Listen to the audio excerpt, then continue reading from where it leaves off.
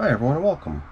What I have here is my tracking spreadsheet for all my different active worm bins right now, and basically I keep track of which of my bins I've got the worms in. I keep track of what its parent population was, so which completed bin any given bin had its population originating from.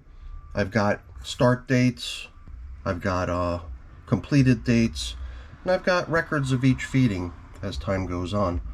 And since I'm going to be away for a few days, I know right now already that 5 days from now is the next time I'm going to have a chance to visit in on my worm bins.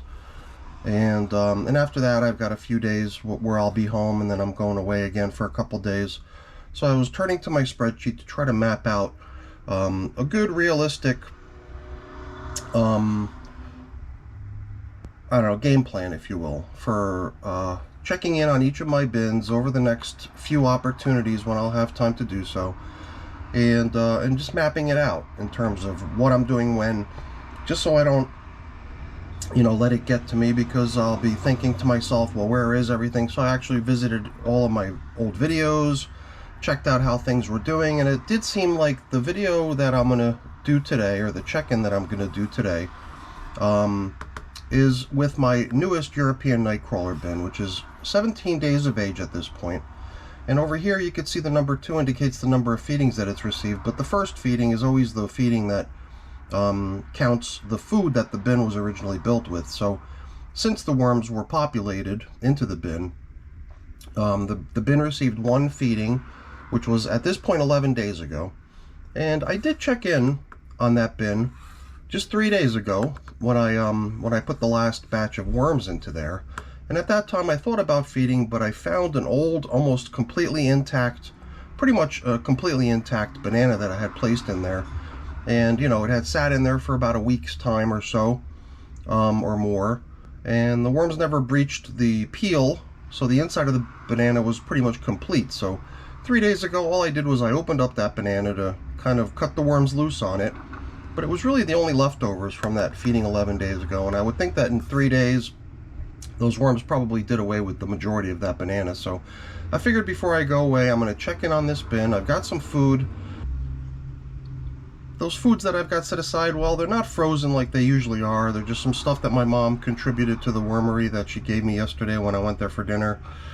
And it's just some Savoy cabbage, and I've also got some coffee from the machine, the coffee brewer that I took out of the machine last night, so some used coffee. And I'm going to throw those things into the ENC bin over here, the 17-day-old ENC bin, get that bin fed, and then I think that I'll be good for a few days while I'm away. So let's head on downstairs and get to the feeding.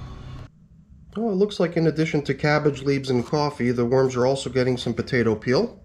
So it's a pretty good size feeding, but when I see a whole bunch of leaves piled up, to me it just seems like it's mostly air, so I treat a large pile of leaves as looking pretty impressive, but maybe not quite as impressive as it appears. But it's probably a good, suitable feeding, considering the timeliness of things. And besides getting food, I'm also going to include some of this grit here. My grit is pulverized eggshell.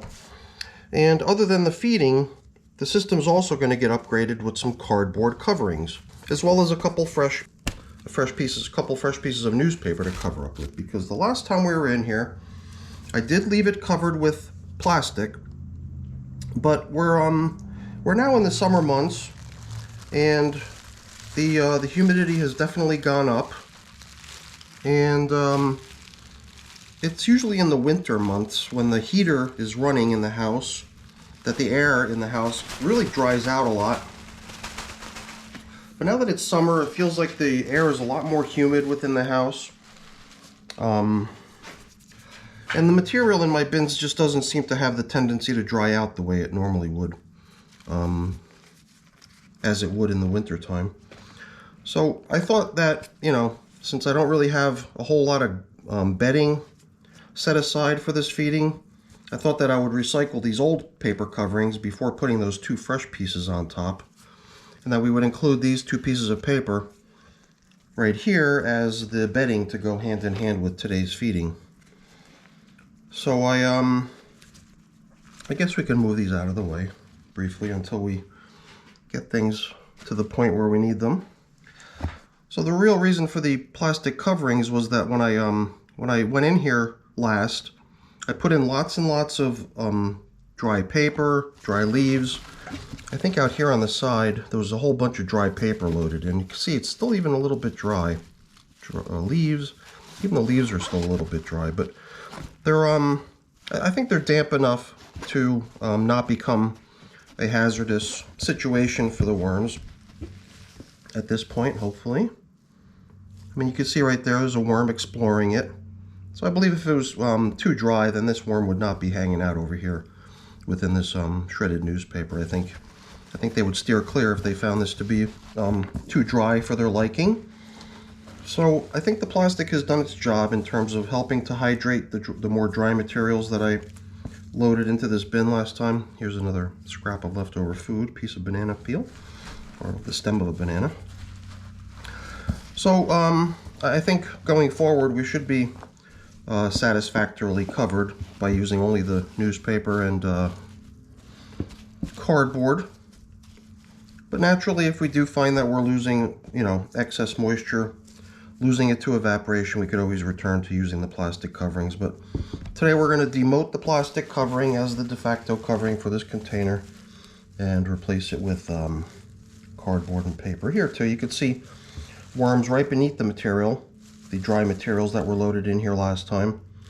And since these are night crawlers, they definitely do like their carbon as a food source.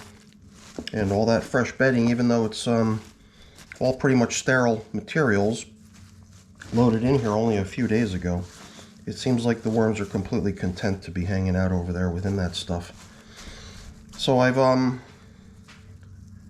what's this, maybe another chunk of leftover food from some previous feeding, or maybe just a chunk of cardboard. In time it just becomes a little bit difficult to identify stuff in your worm bin. So the whole banana should be somewhere down the middle, and I would have to guess that after a few days the worms have probably gotten wise to its presence and are probably crowding around it if it's still there, enjoying the yummy meal. So I'm curious to see how that is coming along. Sometimes it's a little bit surprising. A place where you would expect in your worm bin to find a mob of worms sometimes is not even all that crowded. And maybe it's because they've already come in and done the job of pulling out all the yummy stuff. So I mean, that whole banana that was inside this peel does seem to have either just liquefied and dripped off of the peel, or maybe it has been nibbled away.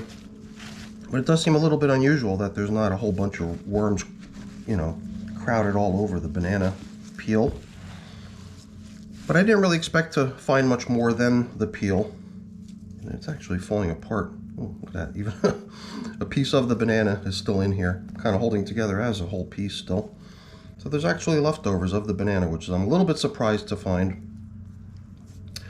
But they're going to get more food today anyhow, regardless of the leftovers.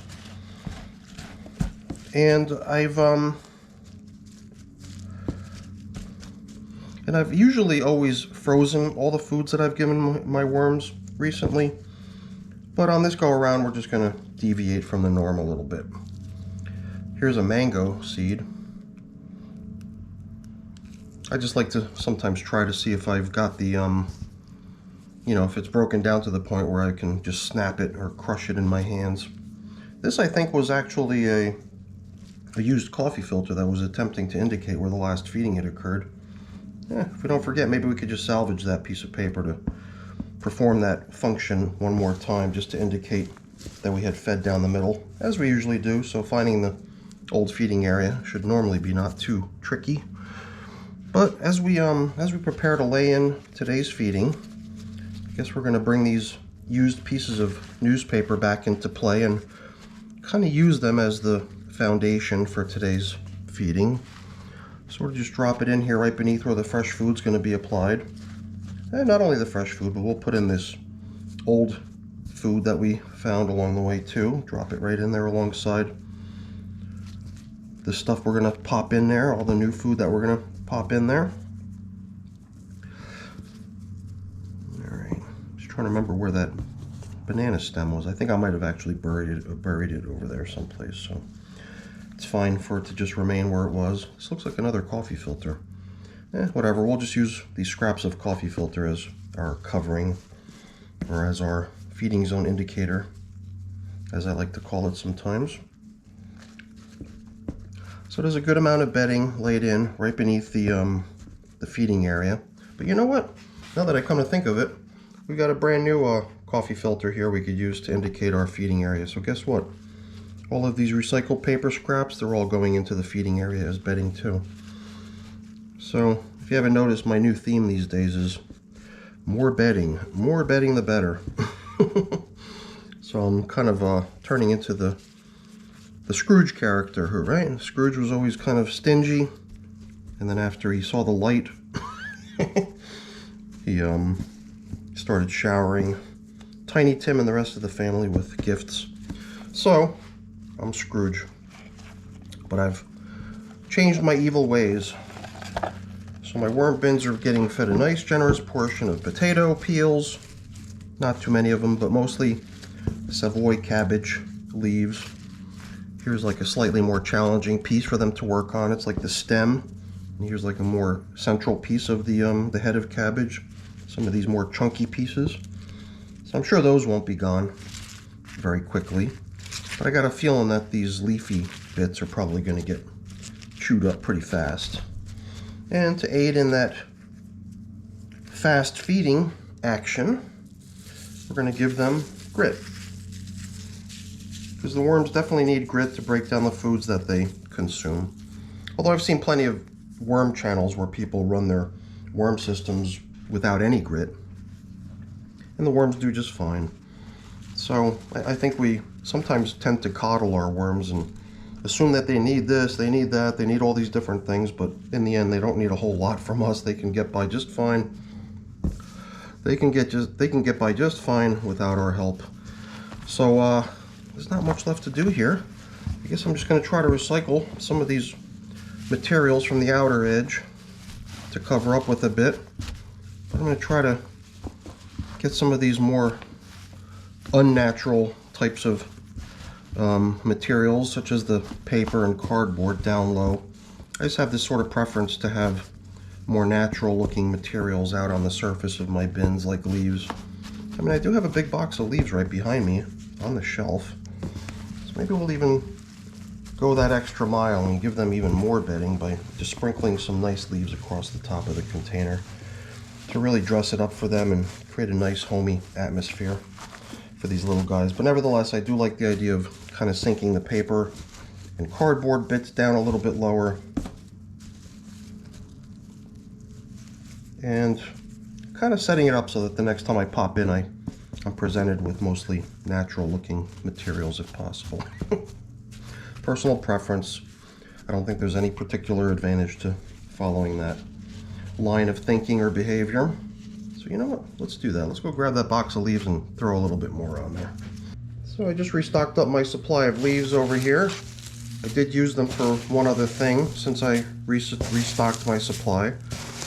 But I still got plenty to spare in here. I cram them pretty tight into this box, so sometimes I surprise myself when I just dump out the entire contents and they sort of re-expand and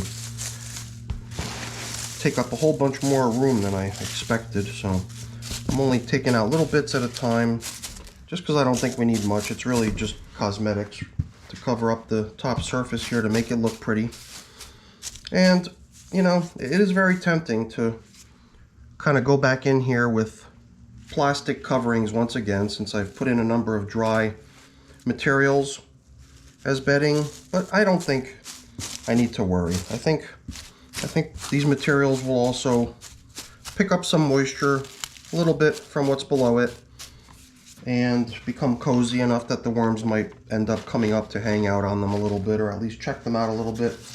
I guess the only drawback to not using plastic coverings is that you don't see a whole bunch of worms laid out on the top surface of these paper coverings when you first open things up, because all that moisture that would normally condense on the plastic and, you know, drip back down into the bin that lands on the paper is no longer there, so the worms are not attracted to that bounty of moisture on the top of the surface. But that's all right. I think in the interest of creating healthier, better aerated bins with a lot better airflow, I think I'm willing to sacrifice the greeting party, the welcoming party that I get in my bins when I've got plastic coverings. So we've demoted the plastic bubble wrap, we've replaced it with cardboard coverings, and I think the feeding in here should be adequate to let this bin continue for a number of days now before we need to check in on it. So that's it for today. Hopefully you enjoyed the video. If you did, please remember to leave me a thumbs up. That's always really appreciated. If you haven't done so already, please also consider subscribing to the channel too. That's really appreciated as well. All right, everyone. Have a great day. Thanks for watching.